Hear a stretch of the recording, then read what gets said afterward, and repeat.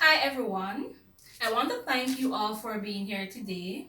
And to those of you who do not know me, I'm Dericka, and Ava has been my unofficial mother and mentor for over 20 years. I know we all miss her, and lately I've spent a lot of time thinking about how am I going to keep her memory alive now that she's gone. Ava used to say that life should not be a journey to the grave with the intention of arriving safely in a pretty and well preserved body, but rather to skid in broadside in a cloud of smoke, thoroughly used up, totally worn out, and loudly proclaiming, "Wow, what a ride!" And that's exactly how she lived her life. In 1980, at Christiana Fellowship Hospital, Mary and Robert Stone welcomed their very first daughter, Ava Carly Stone. Ava lived a very sheltered and simple life in Little Pine, a small rural community outside of the big city of Albertson. Her father, Robert, was a well known and respected doctor to all those who could look beyond race and class to see only a man with a steady hand of healing. Her mother, Mary, was an established dressmaker pursued by both men and women for her fine garments. Eva was a wild child. In her youth, she was truly a explorer who was always on the move. She was truly meant to be someone great and she knew it. In the dead of a summer night, she had spoken her final words of poetry to me, words that I will hold on to for the rest of my life. She said, "In your life you will fall, and it will hurt. But I am content with knowing you are strong and that you will take all that life gives you with robustness and courage. I will leave with you my knowledge of the world, for I too have once been young and ambitious. I have been impatient in my days and overwrought in my nights. I have loved and been loved, thus I have lived a great life." Eva was a poet at heart, a truly brilliant mind. She rejected dressmaking school to study English literature at Dorenberg University. She graduated at the top of her class and opened her own literacy school called Storytime not long after. She spent her days molding young minds in the art of reading and expert storytelling. 2 years after opening Storytime, she met a young child with a wild imagination and swift feet. A young girl who she then adopted into her home and heart. A young girl whose life was forever changed for the better. That young girl was me. Ava became the mother I never had, my biggest supporter and inspiration. She made me the woman I am today. Eva Stone, known by her pen name Ace Stone, was the author of the best-selling historical fictions The Redemption Trilogy, Retribution, Atonement, and The End.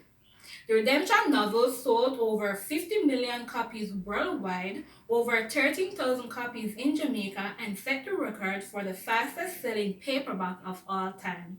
In 2012, Time magazine named her one of the world's 100 most influential people. I remember one day I was sitting with Ava on her veranda. I remember suddenly saying out loud, "I want to see the world." Ava sat up straight from her oaked over position, the book she was reading, now discarded, and said, "The world is a vast place. Which part of the world do you wish to see, my dear?" Already knowing where this conversation was headed, I just smiled and said, "I want to see it all." She smiled back at me and said, "You have to experience true love first to want to see it all." Knowing the hopeless romantic that lay dormant in her, I then asked, "What do you know about love?" I always knew how to unlock the poet in Ava. That for me was the best part of the bedtime stories she would tell me as a child. She said, "Love is important to all wants and needs.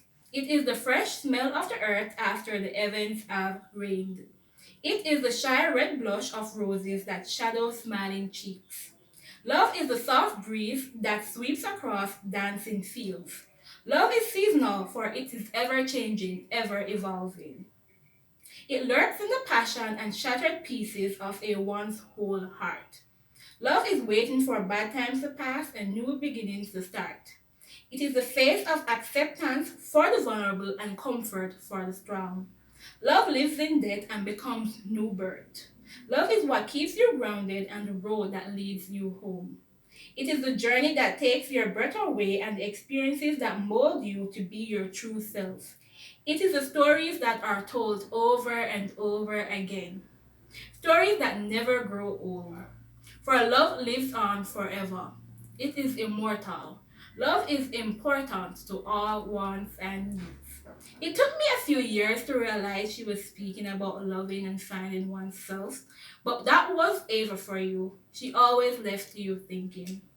Eva Stone was a strong minded and independent woman, and she taught me to be the same.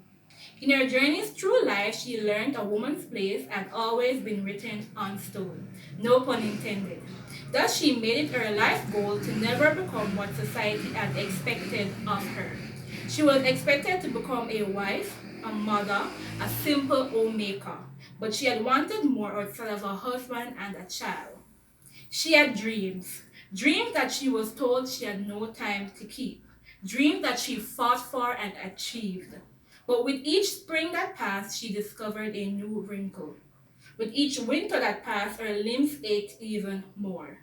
With each autumn that passed, she had no more time in her days. And then her final summer had came, and she has now become the best chapter of my childhood stories. With that being said, we all die, and the goal isn't to live forever, but to create something that will. Eva will be remembered as a woman of wisdom, valor, and dignity. She will be remembered for her welcoming heart, sweet smile, and vast knowledge of politics and advocacy. She will always be remembered for looking out for me, for loving me, and letting me know I was never alone. Eva, you taught me to never take each day for granted, and I will continue to do my best, knowing that you are always with me. Your memory will live on forever in my heart. Thank you.